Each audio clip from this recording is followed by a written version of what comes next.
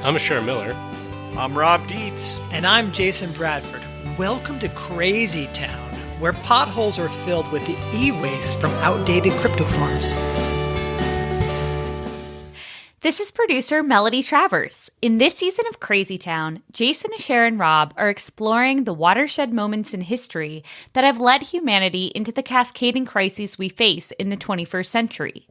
Today's episode is about paving the world with highways and getting locked into a transportation system that has way too many side effects. The watershed moment took place in 1919. At the time, the estimated carbon dioxide concentration in the atmosphere was 303 parts per million, and the global human population was 1.88 billion.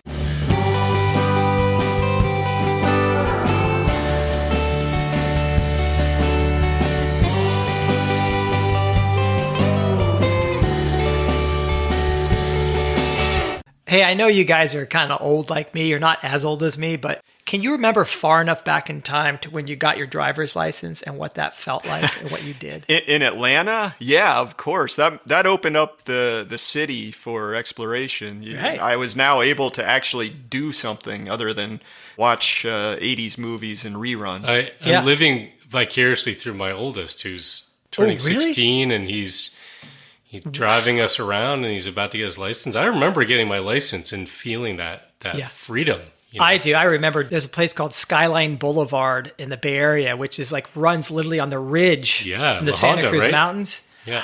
And I used to take my 1978 Volkswagen Rabbit and just like on those roads. And I would just go away for like a couple hours and nobody knew where I was, what I was doing. Yeah, we would do that too. Like my friend said, hey, let's go to Alabama. And so we did.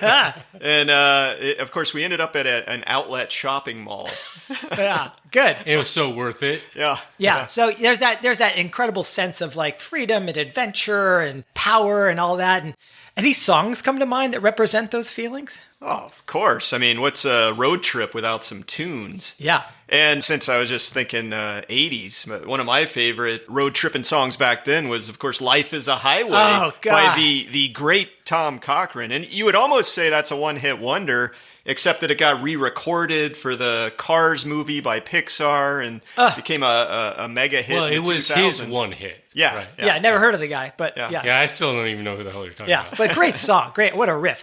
Curtis, this one of Curtis is my son's favorites. Really? Oh, yeah. He kind of is in the country music. So We should have Curtis come in and sing it for us. Yeah. What about you? Sharon, any songs come to mind? Highway to Hell. Oh, that's a good one. AC/DC, baby.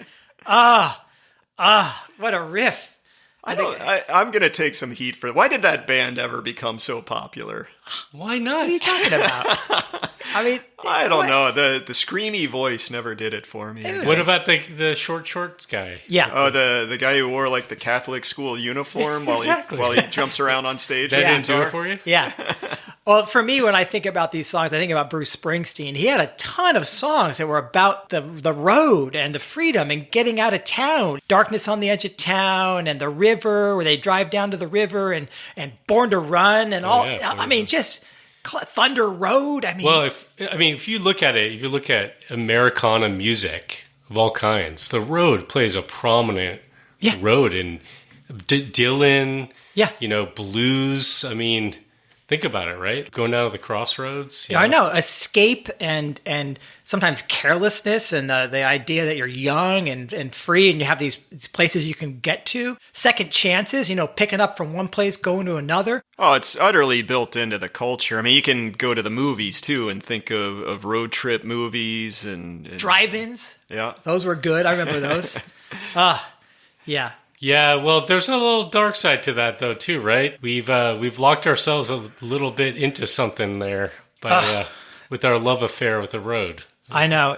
There's this splendor we have, these feelings that we have, these teenage feelings we have. But yeah, I want to bring us then to our watershed moment for this show, which is, how did we build this road system? Where did this come from?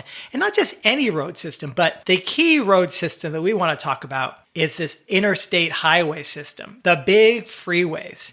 And those just didn't spring out of nowhere. There were people involved, there were ideas, there was inspiration. And let's go back to the summer of 1919. So that was a good year. I thought you were going to go back to the summer of 1969. yeah, No, that was You're with going Bryan further back. Adams. Yeah. You're going further back. When he got his first real six string and played it till his fingers bled. Have you guys ever visited covered bridges? Well, Of course. Yeah, it's kind of a thing in Oregon, these cool little covered... There's one on the bike path on the Oregon State University campus. You ever drive an 18-wheeler through one of those? No, can we? Through it? I don't know. I don't think about through. Okay. So, I didn't even know that was an option. okay, well, It's a secret. the reason I bring that up is because in 1919, Dwight Eisenhower... He drove a semi through a covered bridge. They had semis in 1919? Well, they had these big military vehicles. This is just after World War I. Right, And right. Dwight was upset because he didn't get to go fight in the war. Oh, poor guy. Poor guy. What, he was too young or what? I don't know. They didn't send his tank troop overseas. Maybe he had for some influenza. reason. Okay. Yeah. But he's in Maryland after the war. I got outside of D.C., and this project was conceived of taking a military convoy from one end of the country to the other. And the military at that point was trying to figure out, in some ways, understand, can we move troops across this giant nation and equipment? And of course, this is early part of the age of motor vehicles. Right.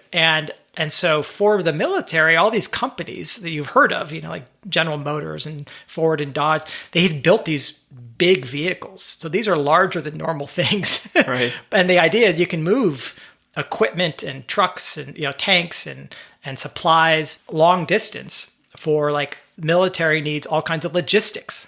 Yeah, like I assume most of the factories are in these East Coast towns or whatever. So you build these tanks or whatever, and you're saying, let's get them out to So California. this was this was like an experiment or whatever, or like Yeah. a test that they were trying to undertake. Yeah. And So- Dwight was what? He was in the military at the time. Yeah, he was sort of a mid-level officer on this, I guess, tank battalion or whatever it's Okay. called. I don't know. Anyway, he's excited. He gets to do this.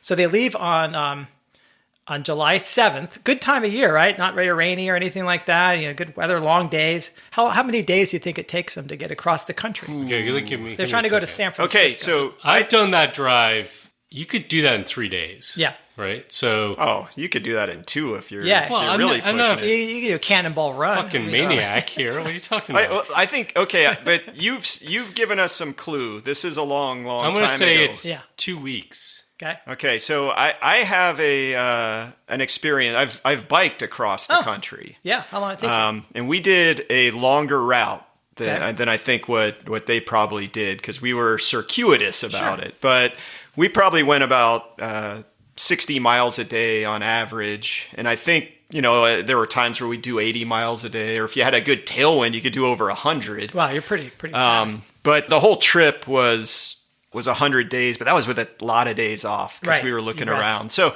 I would think you could do that in 40 days Okay. Okay, that's all. It's pretty reasonable. 40 days in 1919. with a bike. So with the a bike. convoy should have been probably quite a bit faster than that. Well, it took them 62 days. really? Yes.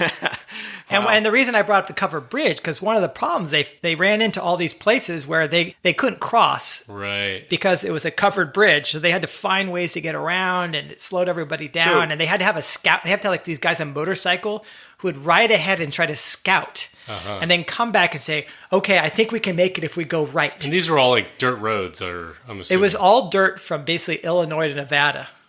Yeah. So do you got any stats? Like how fast were they averaging? They were averaging 6 miles an hour while they were. Yeah. So that's not very fast jogging speed. It's a little faster than walking speed. Yeah. No, it was incredible. A quick pace of walking, you can get 4 miles per hour. Yeah, it was a hazardous journey. I mean, they had about almost 300 people, and 21 people didn't finish the trip because they got hurt or whatever. Okay, so we've got like gone downhill, Yeah. in terms of like our endurance and stamina. Because we've talked before about Lewis and Clark, right? Yeah. Those guys, They didn't have any fucking trucks. Yeah. Every one of them made it. Yeah, we got the stats on that. They were averaging 22 miles per hour, Lewis and Clark. Yeah. So, but this made an impression on young Eisenhower. Yeah. Where, gosh, this is tough. This took us a long time. It was logistically difficult. It was dangerous.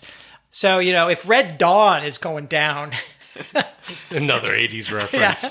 I'm sorry, listeners. Sorry about that. So the cool thing here, though, is, you've got the watershed moment as this cross-country journey, but I think there's a second watershed moment. This is usual in this series. We've got watershed moment take 2. Yeah, so, everybody knows Eisenhower as the commander of the Allied forces in World War II. So obviously, whatever he did after that trip, he impressed the brass over in the Pentagon. Now you got to be careful.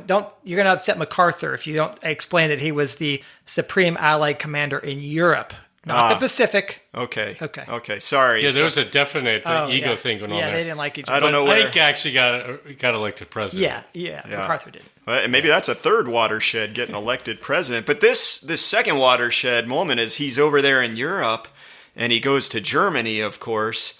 And what does he see there? He sees the Autobahn. Incredible. And he's like, oh, this is way better than what I was thinking of, even... Talk about a highway to hell. Yeah. Sorry. Yeah.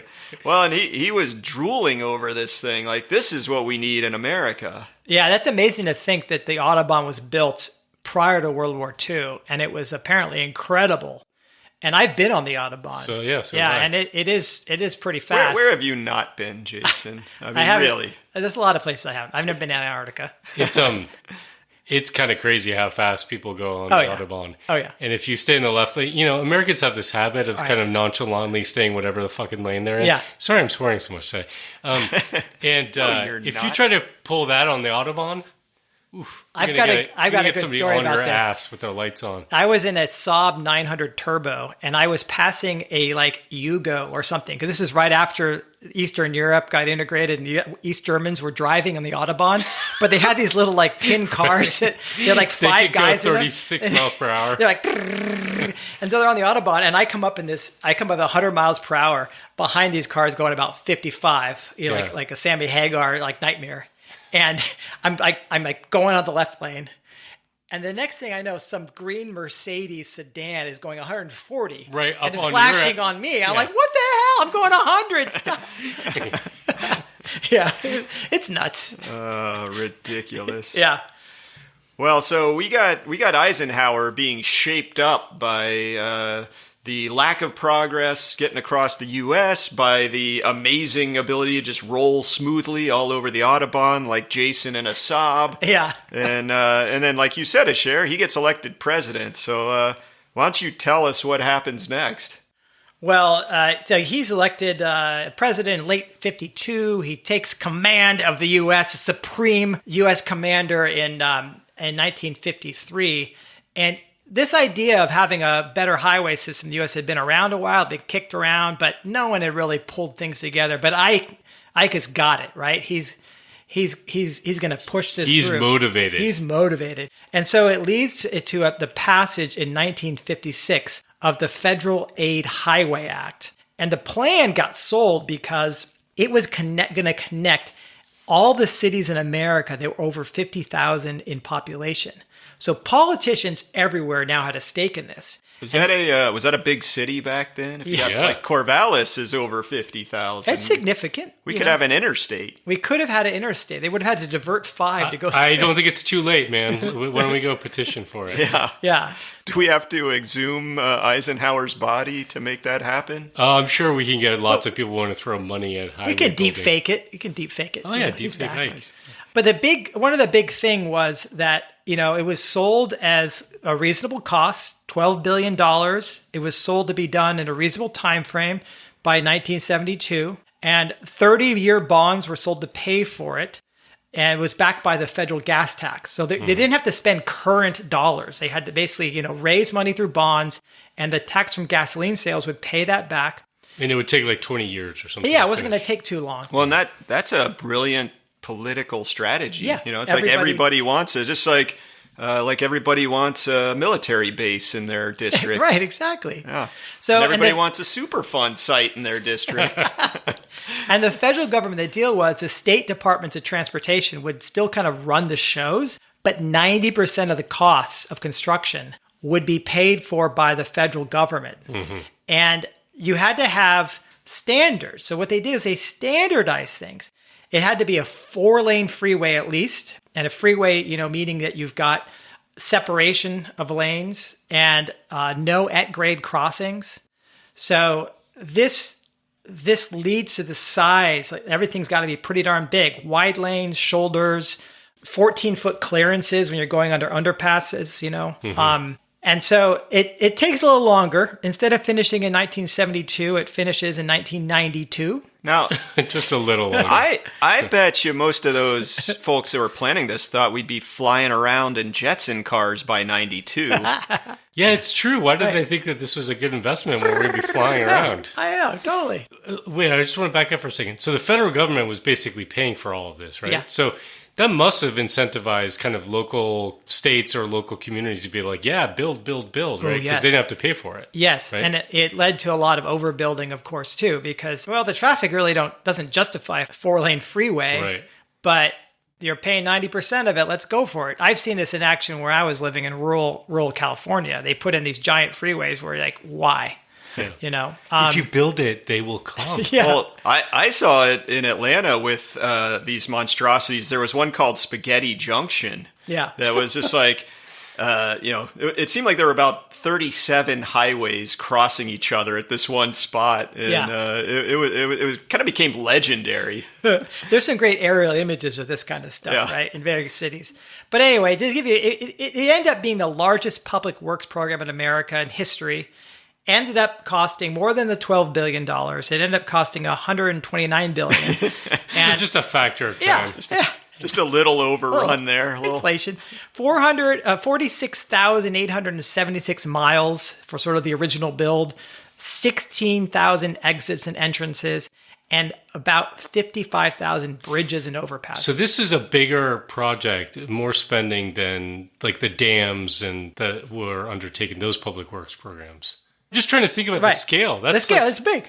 They had to figure out, they did all these tests for like, how thick does the concrete need to be? How far apart does the rebar need to be? Just think about even some of the other, like how much paint did they use to make some lane markers, or how those little reflectors that they put up. And the roadside signs, they had to everything had to be standardized so that no matter where you were in the country, you understood what was going on. It's a good thing that we had a lot of prison labor to make all those signs on the cheap. That probably kept the cost down a little bit. Well, it wasn't just the spending. It wasn't like a one-time allocation of spending, right? No, you don't do this going. once. You got to keep going. As everyone knows, there is always highway improvement projects happening everywhere. Yes, right. It's, life gets better. Everyone's favorite thing is dealing with those projects that are happening.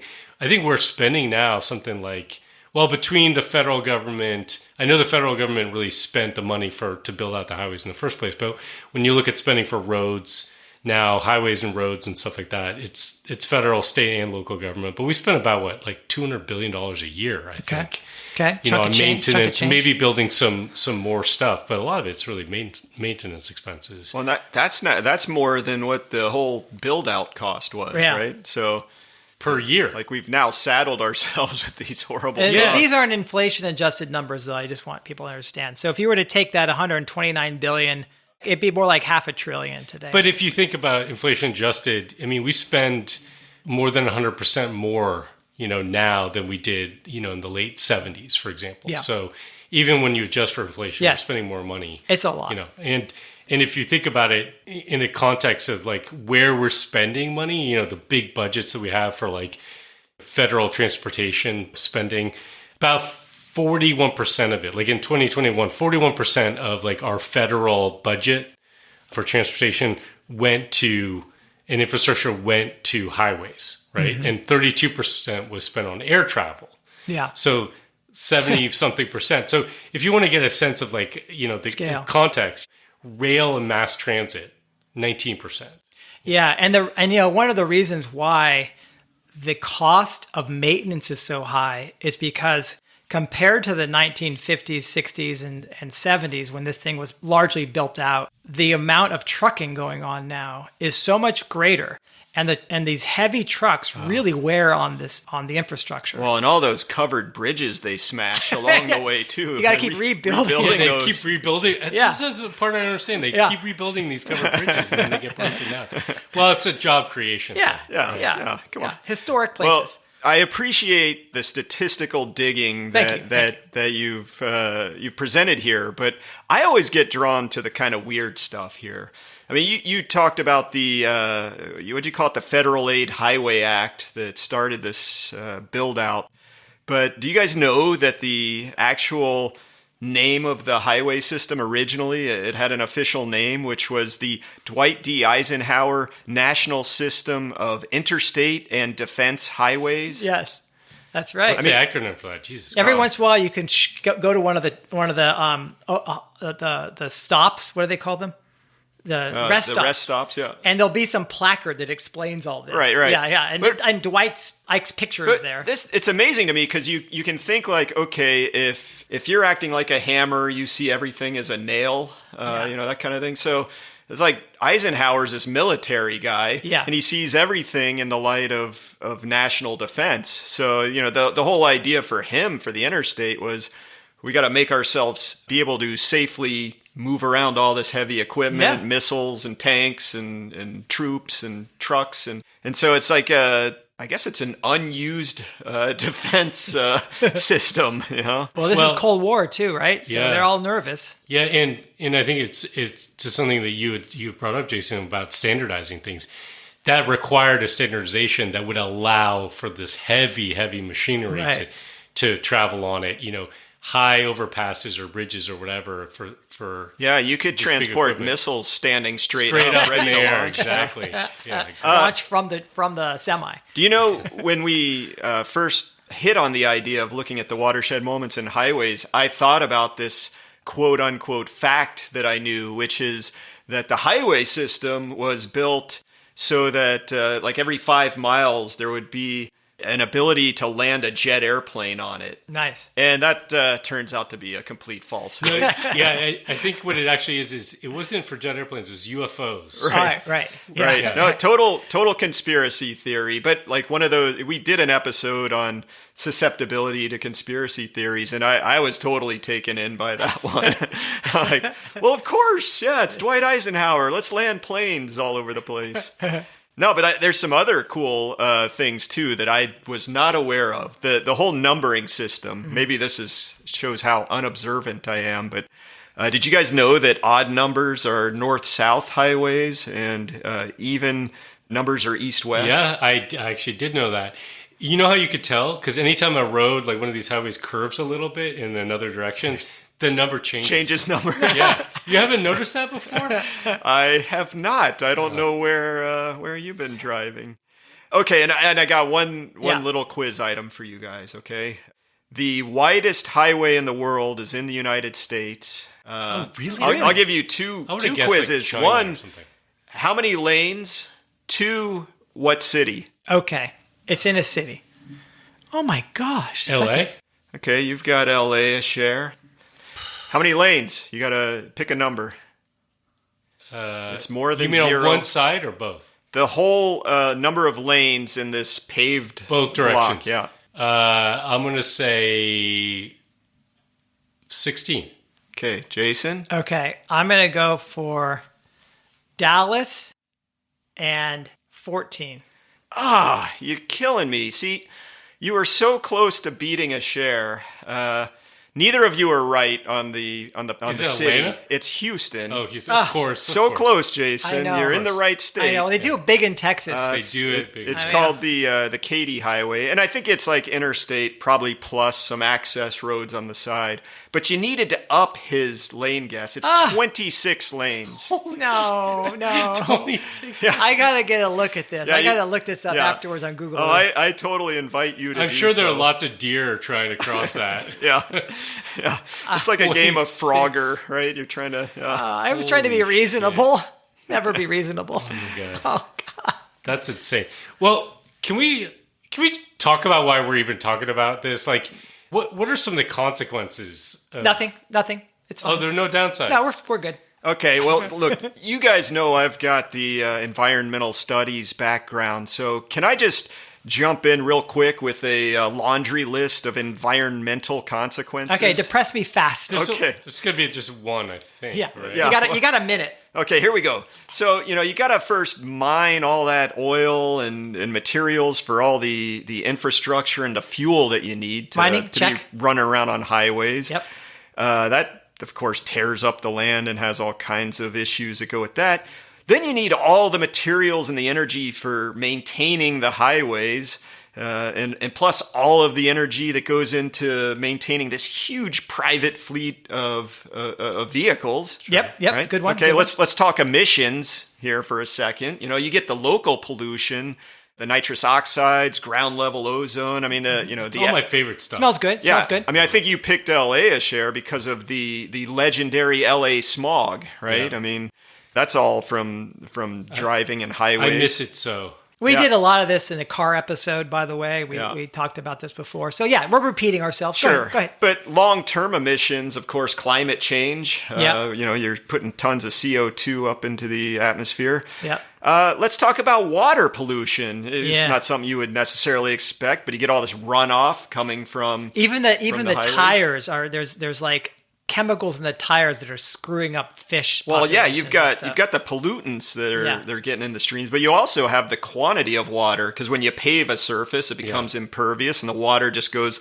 flying off into the stream. You got all this erosion. And it's a good thing we don't need more fresh water. Like, Yeah, no reason to protect. yeah, the no stream. reason to keep that stuff, right? And then my favorite from the conservation biology side of things is habitat disruptions. I mean, you already mentioned a deer trying to cross 26 lanes. they can be significant barriers, but probably even more important is the way that highways and roads fragment habitats. It's a big deal, honestly. Yeah. It's one of the this kind of fragmentation and habitat loss. That's the leading cause of species extinction. Well, one of the things that I think about is the dependency now we have on roads, because it wasn't always like that prior to the build out of this incredible road system, ribbons of concrete. We had more energy efficient rail systems in the U.S., both for long distance and for like this within city kind of trolleyways. Yeah, we even had rail that was connecting towns to each other in Sonoma County, where I used to live in Northern California. Used to be a small gauge rail track that connected Santa Rosa to Sebastopol. Is now a bike path. But there was rail connecting all of these little towns. Yeah. Like nine towns. Marin in County Sonoma too County. was like that. Yeah. And that's all that all disappeared. Bye. I know it's awful. Could you were you allowed to take a hand car out on those lines and take a hand car between towns? I don't know. They got rid of it before I was there. I've always wanted to try one of those. Yeah, that'd be seems like such an ancient technology. I've seen people with bikes. They have a bike that pedals the hand cars now. Real, Yeah, kinda cool. That sounds awesome. Well, we've sort of then this infrastructure has locked us into an oil dependency. We got like 5% of the population, or what do we consume? Somewhere between 20 and 25% of global oil supplies. Yeah. And you mean in the United States? in the United States, yeah. And it's we've got this built environment now that's just dependent upon personal automobiles. Yeah, and I mean, if you think about that dependency, we sometimes you hear people crowing about the U.S. being energy independent and how much we're producing, but we are really dependent upon sources of oil from other parts of the world as well. Yeah. And we've seen what that's done on a geopolitical, basis, right? I mean, you don't have to look too far in the past to see the connection between geopolitics and oil dependency. Oh, yeah. Right? Yeah. Well, I think you can see some kind of hidden feedback loops at work too, because this dependency of being locked into cars and highways and fuel has also led to this separation of our the spaces where we live and where we work and where we shop, because you could get around so easily in your just jump in the car, and so now you just drive off to get everything you need. But it's really caused some problems because a lot of people have to work in the city, but they can't necessarily afford to live there. So now they're, whatever, I was going to say 30 minutes drive outside of town. That's probably optimistic in a lot of places, especially with traffic. So people are like spending their lives in cars now. I mean, I love it. I would do that every day if I could. There's nothing more fun and gentle than sitting in a long line of traffic while the guy behind you is just ramming up your tail, and and everybody's shouting at each other. Oh, yeah. Relaxing. It's so relaxing. I love it. Yeah, I think you alluded to this a little bit earlier, Jason. The fact that we built this highway system and we've designed it in a certain way to allow for large vehicles to be on it, right? Mm-hmm. Paved the way, no pun intended, for the trucking industry to become really our primary means of transporting goods. Oh, it's our lifeline.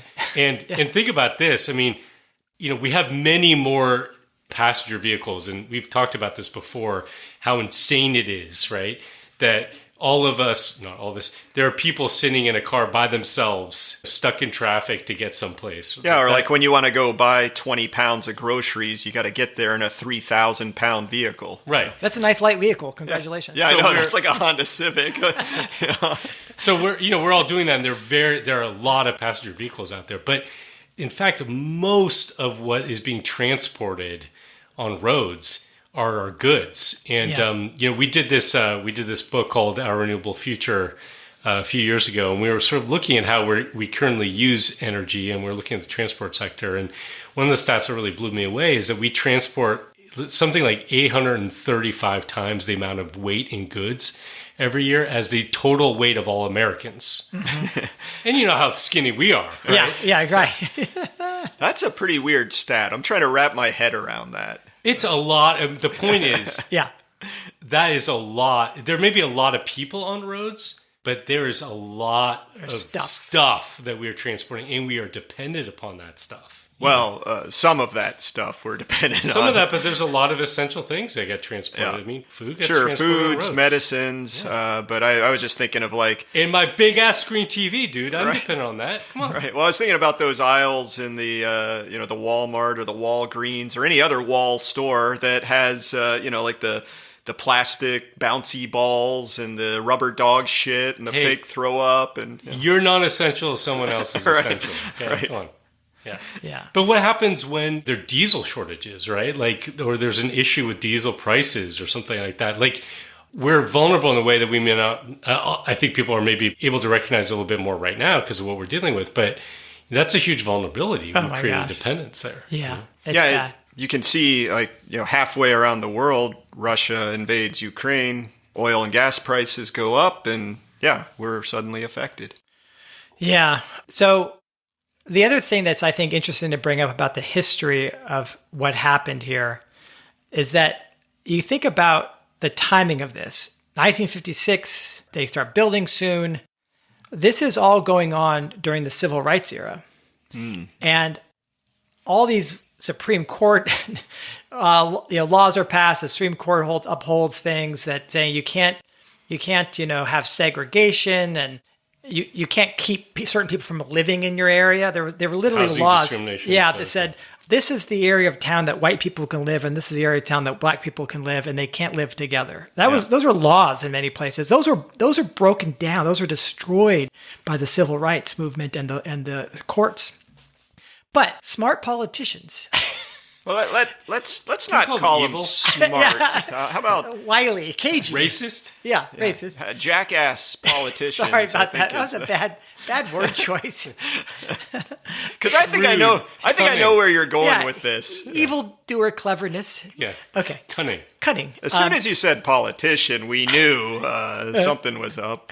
Well, they would basically say, let's use these highway funds that will allow us to big this giant 4-lane concrete, basically wall barrier. So we're talking about, mountain lions deer have a tough time crossing. Yeah. Well, so do those other people. Oh, right? so they basically are going to use highways as walls, and then have Mexico pay for it. But so what they first did is they used eminent domain to mostly go through African American neighborhoods, but on the edge of the white neighborhoods, so that the African American homes would be wiped out, and the road would then keep the rest of that community away from the white community. And this happened in town after town after town. There's an enormous number of stories.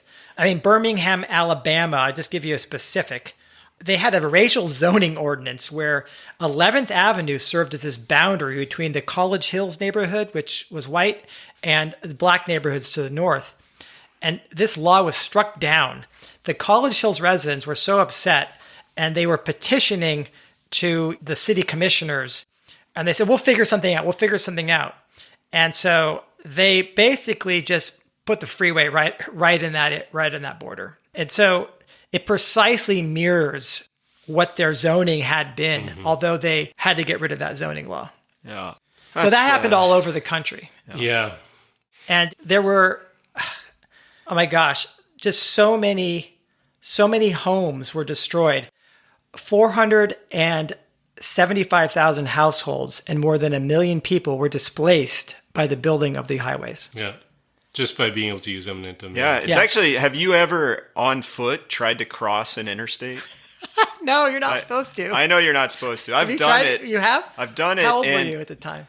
Well, I've done it as an adult and a child, actually. Really? Yeah. Scary. And I remember as a child, it had one of those dividers in the middle that we had to get over too. But it's formidable. I mean, they are wide, and it's a tough. I mean, it's a true barrier, is all I'm trying to say. Mm-hmm. Yeah. The highway system, the road system, all the ring roads and the interstates going through major cities. I mean, all this stuff also decimated a lot of farmland. You talked to Jason about people being dispossessed from their homes and it being used as a tool of segregation, right? But it also decimated farmland, decimated rural communities, the communities that had been maybe on previous road systems, but then a highway goes through. Right, like these little state highways that go through the downtown Main Street. I mean, isn't that in that movie Cars 2? Wasn't that like about this town? Yeah. Cars 2, whatever. One of those, right. it was about this town that got left behind, right? Yeah. And that's really hurt a lot of communities. It's also done something, I think, that may be more subtle. But just like you were talking about uniformity with the highways, around the highways became sort of this uniformity of fast food restaurants and gas stations, and you create the system where there's like this cookie cutter, ubiquitous kind of really disgustingly ugly, it's hideous. And the uglification of America, It's almost like, it's sad to say, but if you picture in your mind a Dunkin' Donuts next to an Exxon station, it kind of says Americana in some ways. Yeah. I mean, the critic, James Howard Kunstler, where they wrote the book Geography of Nowhere, right? Yeah. Yeah, it's just awful stuff. And another thing, too, I guess I would want to mention is that, and you talked about this a little bit, Rob, is just that, initially it's there was like kind of like a white flight dynamic, that happened of people leaving cities and heading to suburbia, which obviously the highway system supported, right? Yeah. You have a dynamic now where I don't know if it's a complete and full reversal of that, but there are many people, as we talked about, who can't afford to live now close to cities where maybe the work is, and they are forced to live in communities further and further and further away. And so this dependence, on the highway system and on the fuels that fuel it really hits hardest on people who have the least disposable income, right? Yeah. So you see this dependence on these systems and on the price of oil and gas, really, really hitting those hardest who can afford it the least, right? Yeah. Well, we've just run through an enormous number of consequences and the kind of things that the build out of the highway system, how it's led us into the crazy town that we all live in today. But we're sort of like coming to the party a little late, I'm afraid, because there was this critic named Lewis Mumford. You guys know him? I'm not talking about the amazing Mumford, the magician on Sesame was he Street. in Mumford and Sons? Not talking about him either. Okay. What would you call that? Like the Simon and Garfunkel of new British folk scene or something? I don't know. Anyway, Lewis Mumford was this social critic who, soon after the Federal Highways Act was passed, he's got this quote I'm going to read to you guys. He says, "The most charitable thing to assume about this action is that they hadn't the faintest notion of what they were doing. That's the most charitable thing. Within the next 15 years, they will doubtless find out. By that time, it will be too late to correct all the damage to our cities and our countryside, not least to the efficient organization of industry and transportation that this ill-conceived and preposterously unbalanced program will have wrought. Yeah. I mean, think about it as they thought they were building efficiency, but they weren't. They were destroying efficiency. Yeah, I mean, he saw it coming, right? Unbelievable. And I think he's getting to kind of a big point about unintended consequences, which maybe a lot of the things that have led us into Crazy Town that we've been discussing in this season on Watershed Moments have these unintended consequences. Yeah. But in the early stages of this federal highway program and this build out of roads in America, it probably for most people felt like this great win-win, where you've got the politicians saying, okay, money for my district, and you got local people saying, oh, build out and modernization. Well, think about the vision. Let's connect every community that's 50,000 people or more. That sounds wonderful. Right? Yeah, I know. Yeah. It does. That's like Facebook. Let's just connect people. Yeah, what could go wrong? But I mean, almost nobody could see these systemic problems coming up. And I really think we need to emphasize one of these, which is the kind of the most important and the scariest unintended consequence. And you've been kind of bringing it up a little bit here and there, both of you guys. It's the extent to which we are locked into essentially an unworkable infrastructure here in the United States. I just love that, we went to Venezuela asking them to send us more oil recently, and Saudi Arabia begging them to turn on the taps, but they're not so happy with us because we've been kind of getting on their case for killing a journalist. And so it's just absurd, isn't it? Where price of oil and gas goes up and we freak out and just start asking the folks that we've presumably been upset about. I mean, the official response is do anything you can to bring the prices back down. I mean, you mentioned begging our so-called allies to open the taps, but we've also seen states putting a hiatus on the gasoline tax. We've seen the Biden administration talk about opening up the Strategic Petroleum Reserve just so you can flood some supply into the market. Yep. You've got people rallying around the ideas of getting fracking and tar sands development going again, turning Alberta, Canada, back into a petro state. I mean, they already are. It's not like that shut down. It's just that people assume we can just always do more. We can always just drill more, always frack more, and they just have no idea what it takes. It's not like it's like a water tap you can turn on. That's like the proof of how locked in we are. Like, here's a moment where you could make a pivot to renewable energy or try something different. Yeah. But no, we're just going to keep the prices low. Cher, I feel like there's steam coming off of your head. I feel like you have some anger around this issue. I have anger about it. I am also I have a lot of consternation because I'm pissed. And if you've seen, you could go back. People do this all the time. They do these retrospectives on presidents going back to Nixon, talking about getting off of our dependence of fossil fuels, right? Totally, yeah. Every single fucking president, Democrat, Republican, doesn't matter. They all talk about the need to do that. They've all recognized. Trump did not talk about the need to do that. That's true. Okay. Well, let's give him credit. Clean, beautiful coal. That is true. I guess the one thing you could say is at least he's not a hypocrite. No, he was straight about it. But you've got people for decades and decades and decades and decades recognize that this is a vulnerability of ours, right? And we're locked in. And frankly, there isn't a simple solution, right? We're in a situation right now because of the investments we made, not least of which is this highway system, right? And all the changes that end up creating in terms of our built environment, where people live, how we provision ourselves with food and other goods that we need. We built this fucking system that's cost us trillions and trillions of dollars. Who knows how many hydrocarbons burned and other resources, displacing people, displacing nature, all this shit, right? And we are stuck in a place now where the things that we would need to do to transition ourselves away from that is a fundamental systemic, structural, infrastructural transformation, right?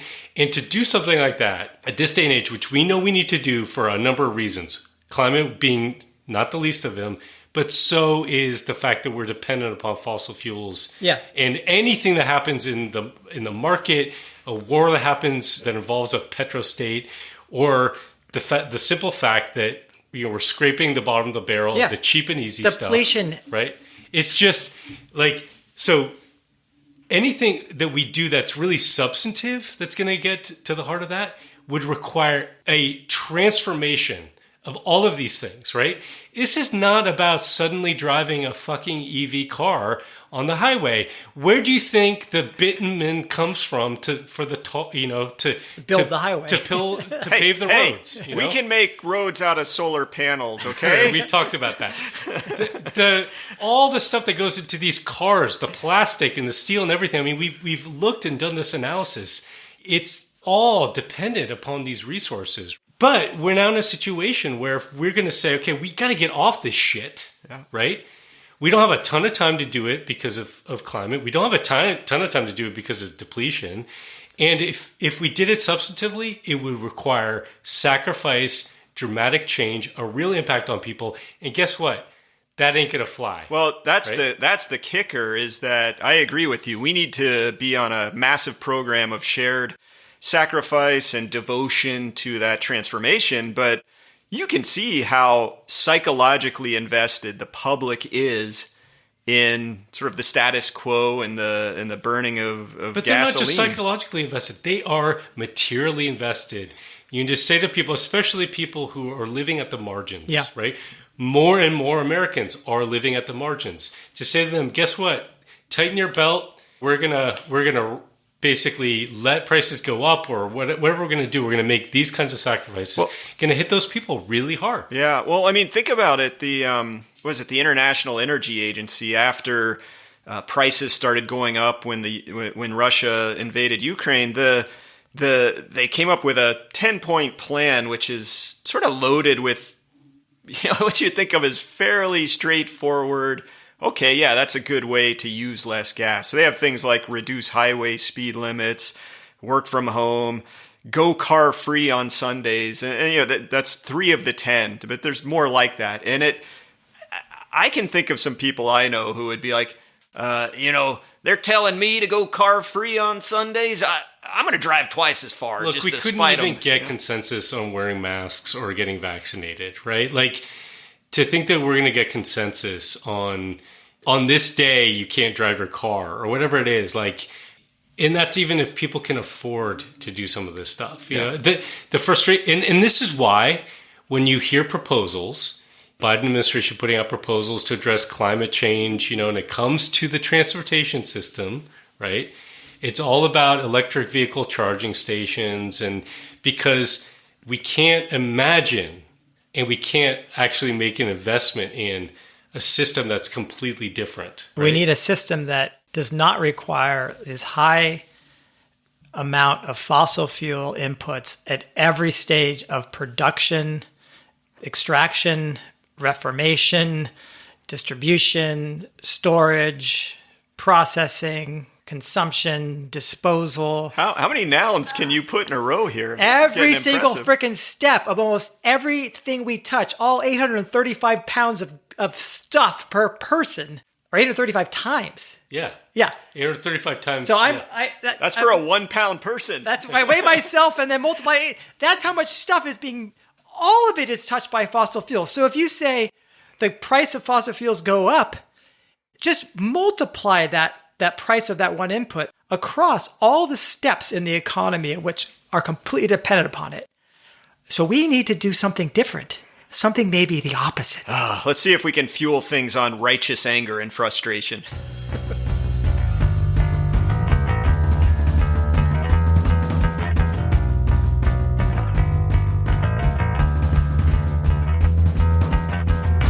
Hey, in our ongoing shameless attempt to get more reviews out on iTunes, this is a part where we share a particularly good review. You guys want to hear it? Please. Sure. Okay. This is from Chakaharta from about a year ago. That's a great name. Chakaharta says, smart topical discussion with information about staying sane in our current era. Science, politics, psychology, business, government, and a healthy amount of irreverent humor throughout. Most importantly, the hosts seem to really know their stuff from working in the trenches on these issues for years. Well, that's really sweet, though. Thank you. I'm glad somebody likes our podcast. Yes, thank you, Chakaharta, for that wonderful review. And please, if you like this show, get anything out of it, maybe a laugh here and there, go over to iTunes or wherever you get your podcasts and drop us a review. Helps other people find it. Yep, thanks.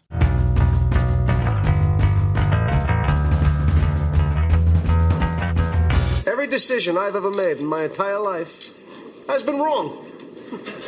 My life is the complete opposite of everything I want it to be. If every instinct you have is wrong, then the opposite would have to be right. Okay, so when we're talking about doing the opposite of the National Highway Act, I immediately think of what we would do at sort of federal policy at the highest levels, right? What would we do there? And here are some bold ideas. People are begging the fossil fuel companies to drill more now, right? And they don't want to do it in the United States after having spent, a decade fracking away with all the consequences of that.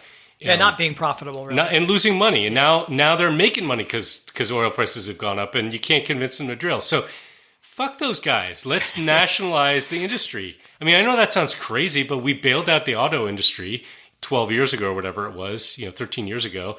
And stop it.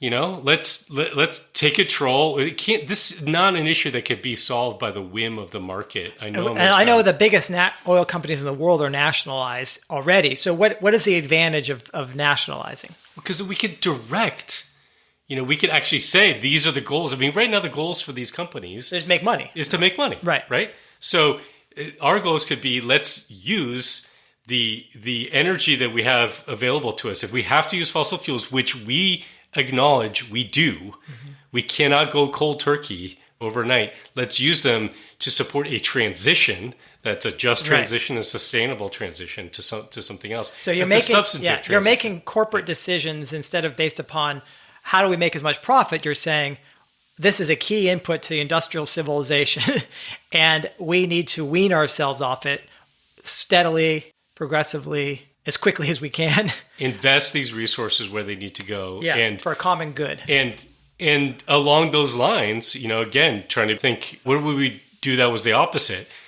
We might have to think about rationing energy consumption. Right, because if you're ratcheting down fossil fuel production, then you have to ratchet down demand, or prices are going to spike, and then the poorest won't have any access to it. And plus, climate is pushing this too. We should have had a ration in place quite a long time ago. And I don't know if we've talked about tradable energy quotas on this podcast before, but tradable energy quotas is something that we at PCI have written about and spoken about. We could put that in the show notes for folks. So that's one way of trying to do it that is more equitable. But a way of basically saying, look, we have to ration and limit, but being very mindful. Season 2, we had a whole episode on rationing, which was our least popular episode of all time. Nobody wants to hear it, Well, hell, Jeff Bezos is going out into space and harvesting the moon because he can't stand the thought of rationing. Yeah. Well, one of the things that you got to think about in doing the opposite is what the highway system undid, which, as you topped the program off today, Jason, talked about how the rail system got decimated. And so one of the things we also need to do at the probably higher levels of government, federal, state, is to revive these other transportation networks, rail, canals, and even I know rickshaws. I was going to say they're great. I love rickshaws. It's not you can't haul nearly so much cargo, but I love the bike infrastructure too. Mm-hmm. And something I've actually noticed a lot around Portland lately, the city where I live, is that it's like we hold the road sacred, keep the road open and free flowing, but the bike paths are getting taken over and they're littered and they're sort of like falling into disrepair, and the train station is a mess. So these should be the parts of the infrastructure that we emphasize, and let's start de-emphasizing the roads and the cars. And in fact, you mentioned it a couple of seconds ago, Asher, but like bailing out car companies, can we, next time they're facing bankruptcy, can we just let them slide off into the sunset and call it quits? So what you're calling for is let's de-beautify the roads, right? Let's throw our waste in the road, not the bike lane. Think about if we had accidentally there was a 40-foot barrier that just appeared in the middle of the highway. I mean, would that be so bad? Just don't do it on a foggy day, okay? Right. Well, I come to this idea that we have 835 times our body weight in stuff moving around. And a lot of that is because we've hyper-specialized production of something in one location of the world. And we've had episodes on this, on how much everything gets on shipping containers and transported around the world. And if you want to reduce the transportation intensity and remove the need for all this infrastructure, then you've got to regionalize your production system and make it geared towards local consumption. And an example around here, like we used to have a walnut industry in the Willamette Valley. We grew commercial walnuts. Mm-hmm. But once I-5 corridor gets put in, suddenly it's a little bit cheaper to grow walnuts in California. And so they outcompete the walnuts from Oregon, and our walnut industry disappears. But if you kind of had sort of say trade barriers in the sense of, no, it's expensive to get anything between here and California because there's that 40-foot barrier along I-5. that does make it expensive. Then suddenly it's like you're really focusing on diversifying each region for the array of goods and services that are needed in that region. And so it's not like you don't need transportation, but the scale of transportation required then gets downgraded quite a bit. And it's not trying to go as far. It's not trying to go through centralized systems for ultra high tech packaging and processing. But, then if you look at how much energy is used, not just to produce and distribute, but also to get the final kind of mile where it's getting into the home of people, the household level. Mm-hmm. People are driving forever just to go to the big box stores. Those have to disappear too. And have you ever been in one of these like old European cities where there's a grocery store on every corner? Yeah. You understand that it's the ability to walk outside, go down the street a little ways, and buy what you need, and that's such an incredible thing to have. So ideally, with that goes hand in hand with ideally relocalizing where that stuff came from in the first place, right? Right. You're cutting out at all these different ends then, And so there's a book, actually, Retro Suburbia, David Holmgren. It's a very interesting look at how you would take our current built environment and retrofit it. Mm-hmm. And of course, most of this is illegal to do. Like we can't have retail outlets at the corner of a suburban house right now. But the problem is we imagine it like a Walmart's going to drop on the corner as opposed to what you're talking about, some mom and pop kind of shop.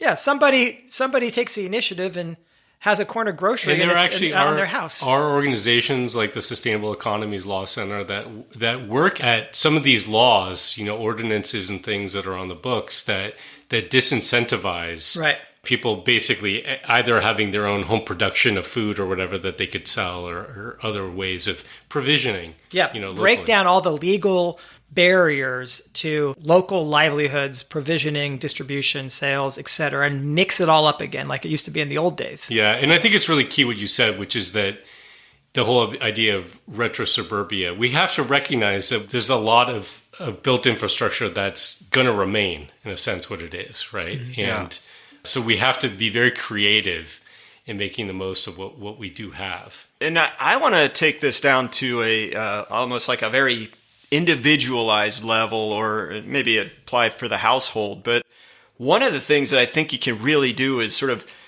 try to immunize yourself from being so reliant on this infrastructure and this fossil fuel. And I know we've talked about you probably have to have a certain amount of privilege or cushion to be able to do that because, some people are locked into these really tough situations. So, maybe this isn't applicable all over the place, but this has been on my mind a lot because of something that happened to me recently with the car that I use in order to be able to get down and hang out with you guys here in Corvallis and record this podcast. So I have this hybrid car, right? It gets about 50 miles of distance on the electric engine. And when the batteries run out of juice, it switches over to the gas engine. So, I'm one of these holier than thou hybrid drivers, right? And this valve on the car broke. And so what that caused was an overheating anytime the gas engine was in use. So basically it became unsafe to drive the car in gas mode. However, the show must go on. So you showed up. Yeah, I had to get down here. You hitchhiked. Right. No, what I did... You walked on the highway. I wish. I did take the train one time, which was fun. But what I took to doing was I would drive the car in electric mode, stop halfway, and recharge it, and then drive the other half.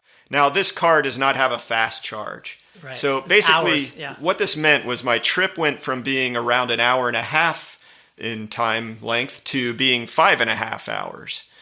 And it also meant that I drove on much slower roads because I could get farther per electric charge. So I wasn't on the interstate. And I noticed some real changes. Like, one, I enjoyed the slowing of it because I don't know, it's just more scenery. Oregon's beautiful. I was along the Willamette River. You were listening to Life is a Highway. Yeah, right.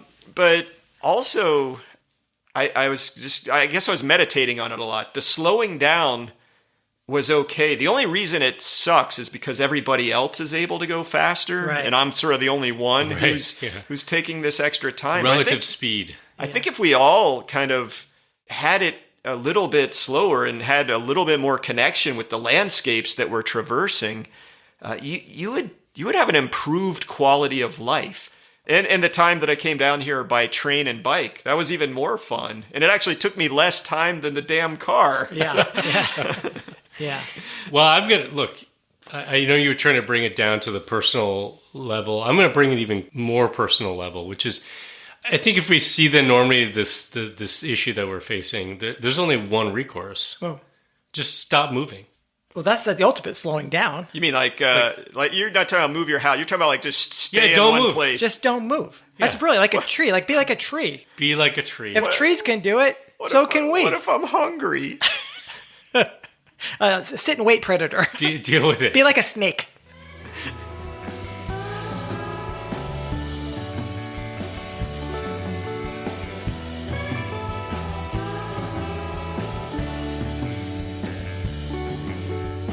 Thanks for listening.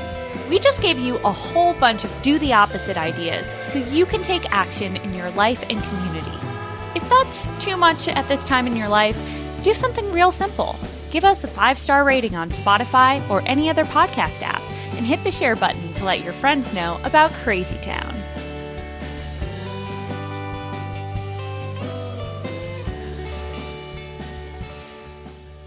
Today's sponsor is KHWY, the all-highway station. Nothing but songs about the open road, great car sex, being stuck in traffic, driving drunk, crashing, tow trucks, speedways, jacked up trucks, lowriders, and for you, they might be giants, eco-freak types, even electric cars.